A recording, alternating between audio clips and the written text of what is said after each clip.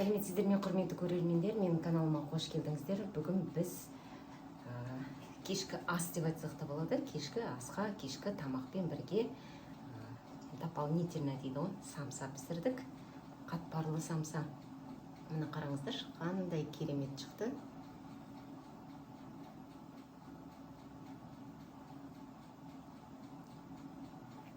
Видеоның басынан соңына дейін менімен бірге болыңыздар, бірге жасап үйренейік.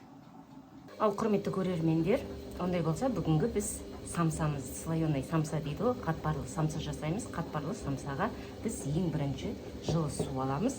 Жылы суымызға бір дана жұмыртқамызды қосамыз. Бір чай қасық тұз саламыз. Осылай толтырып, және суымызға 9%-тік, яғни 9%-тік уксусымыз құямыз. Бір ас қасық жетеді бізге.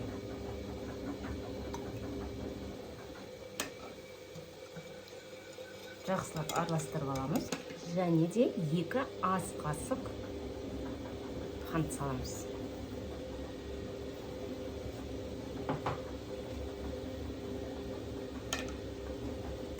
Тағы да қантымыз езілгенше жақсылап араластырып алайық. Келесі бізде 250 грамм ұн менде бүгін. Енді чашкамызды алып, ұнымызды салып алайық, 250 грамм.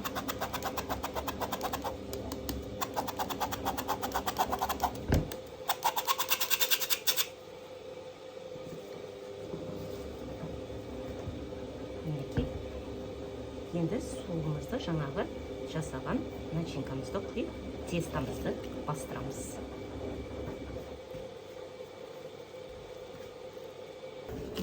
Тестамызды басып алдық. Қамырымызды енді столдың үстіне қойып,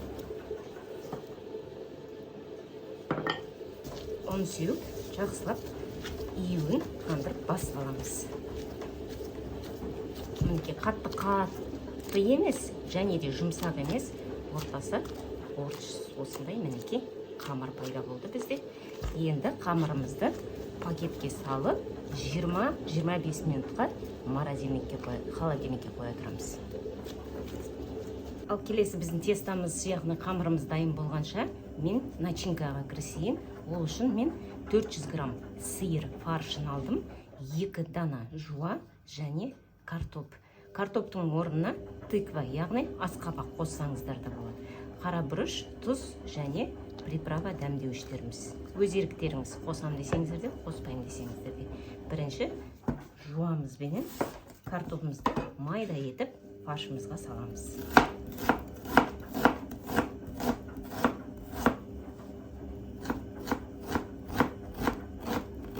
Мінеки жуамызды турап алдық, бір жағына қарай салдық жуамызды. Келесі картопымызды майда етіп турап аламыз. Осындай етіп. Мінеки картопымызды турап алдық. Оны келесі жағына әдемілеп салып алайық.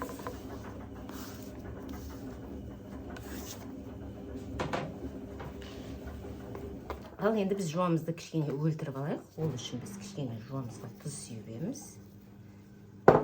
Және қара бұрышымызды сеуіп, обязательно, міндетті түрде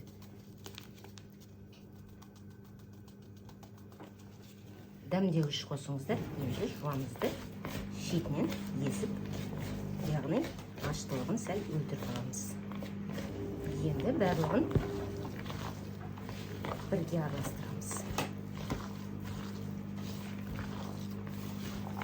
Начинкамыз дайын.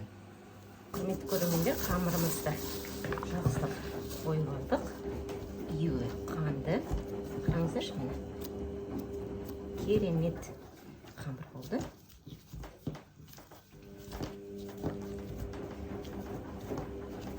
Енді қамырымызды бірнеше бөлікке бөліп аламыз.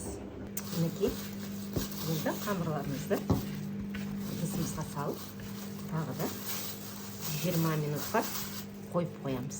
Мінекей құрметті көрермендер, 20 минутқа қойып қойдық. Енді осы каждый тестамызды, шаригімізді, яғни жұқа етіп жайып аламыз. Ұнымызды сеуіп. Сіздер қамырды үлкен қойып алсаңыз да болады.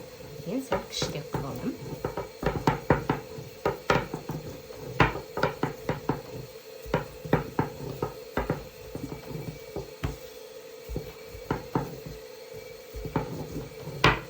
Құрметті көрермендер, жұқа етіп, осылай барлық жаңағы 5 шарик қамырымызды жайып аламыз. Мінекей құрметті көрермендер, барлық тестамызды, қамырымызды жұқа етіп жайып шықтық. Және де біз сізге сары май қажет. Сары майды мен ерітіп алдым. Енді осы сары майды бет-бетіне қатар-қатарынан қамырымыздың үстіне жағып шығамыз.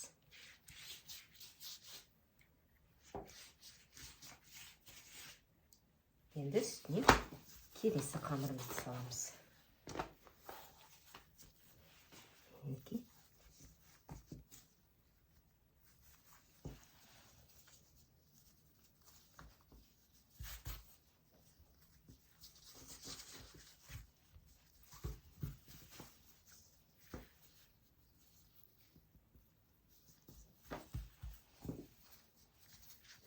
Келесі қамырымызға да. Құрметті көрермендер, барлығын жақсылап сары маймен жағып шықтық. Енді келесі бізде қамырымызды осылай дөңгелек етіп орап шығамыз.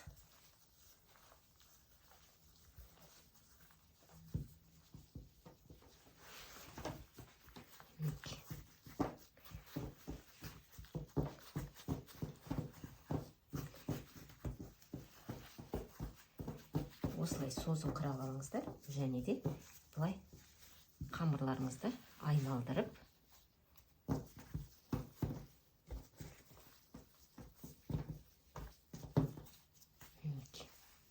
бұлай рулет жасап алыңыздар. Енді осы қамырымызды тарелкаға салып, бетін жауып, морозильникке, яғни тоңазытқышқа 20-25 минутқа қойып аламыз. Мінекей, құрметті көрермендер, қамырымызды тоңазытқыштан шығардық. Енді майда-майда бөлшектерге, көсоқтарға бөліп шығамыз.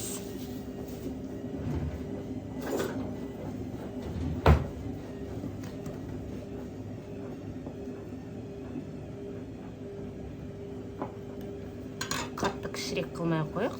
Осындай қатпарлы теста болды бізде, осындай көсокпенен.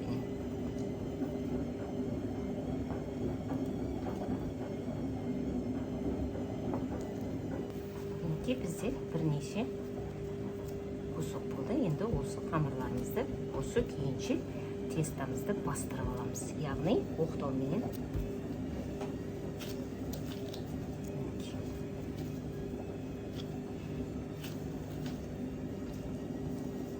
Құрметті көрермендер, бізде осындай теста болды.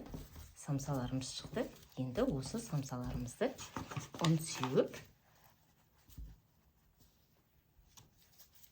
осы күйінше басамыз, оқтаумен жайып аламыз. Ортасына енді начинкамызды, яғни фаршымызды салып, тестамызды 3 бөлік қылып біріктіріп аламыз.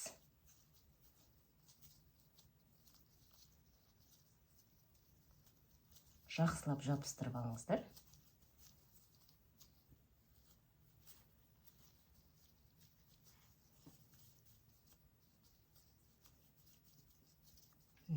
Осылай. Енді осы бетін, слоеный тестамыздың бетін самсамызды аударып, противнемізді майлап алдық, яғни пергамент қағазын салып, осының бәрін осылай түйіп шығамыз. Қараңыздар, мінекей қандай керемет. Тестамыздың, слоеный тестамыздың формасы, яғни қатпарлы тестамыз көрініп тұр. Осылай бәрін түйіп шығамыз. Мінекей құрметті көрермендер, самсаларымызды түйіп алдық. Енді бетіне жұмыртқамыздың тек сарысын ғана жағамыз.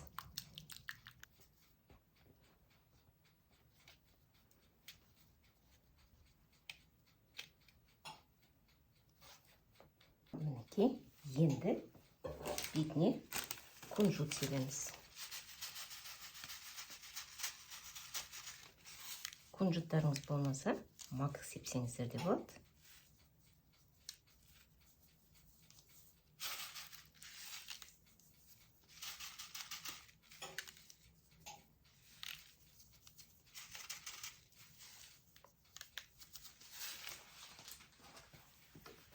Мінекей қараңыздар, қандай керемет.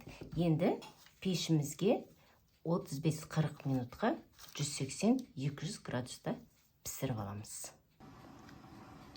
Мінекей құрметті көрермендер, біздің самсамыз, қатпарлы самсамыз дайын болды. Қараңыздар, міне қандай керемет.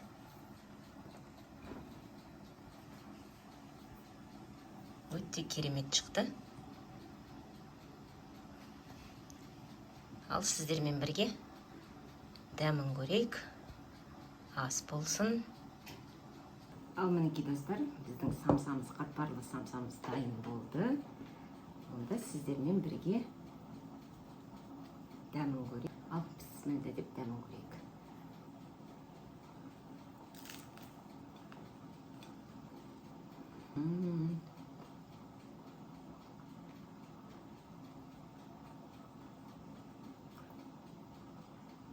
Қытырлап,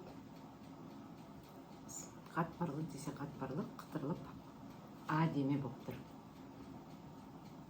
Достар, міндетті түрде жасап көріңіздер. Өте дәмді, үй жағдайында қатпарлы тесто сатып алып жасасаңыздар да болады, өз қолдарыңызбен жасасаңыздар да болады. Өте керемет дәмді шықты. Ал құрметті көрермендер, менің каналыма тіркеліп, лайктарыңызды басып, пікірлеріңізді міндетті түрде қалдырып кетіңіздер. Ал мен сіздермен қоштаспаймын, келесі көріскенше.